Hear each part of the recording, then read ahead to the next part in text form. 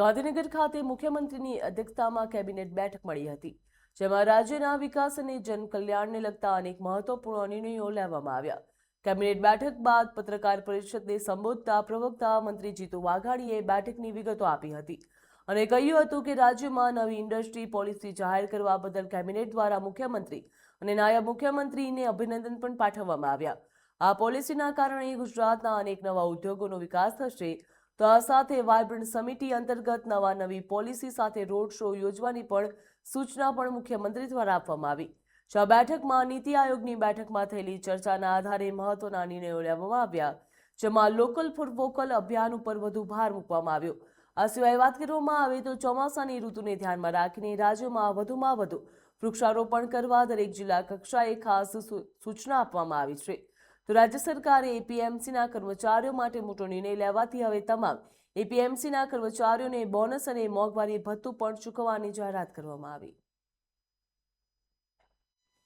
રાજ્ય સરકાર દ્વારા ખાસ કરીને ઇન્ડસ્ટ્રીઝ પોલિસી એક ઐતિહાસિક પોલિસી, કદાચ ભારતભરની પહેલી પોલિસી એ ઇન્ડસ્ટ્રીઝ પોલિસી જાહેર થઈ છે ત્યારે માનનીય મુખ્યમંત્રી ભૂપેન્દ્રભાઈ પટેલને અને નાયબ મુખ્યમંત્રી ઉદ્યોગ વિભાગ પણ જે સંભાળે છે હર્ષભાઈ સંઘવીને મંત્રીમંડળે વિશેષ અભિનંદન આપ્યા। જે પ્રકારની સ્વીકૃતિ આ પોલિસીને મળી છે એ જોતા એવું લાગે છે કે ફોરેન ઇન્વેસ્ટમેન્ટ પણ ખૂબ મોટા પ્રમાણની અંદર રાજ્યમાં આવવાની સંભાવનાઓ છે।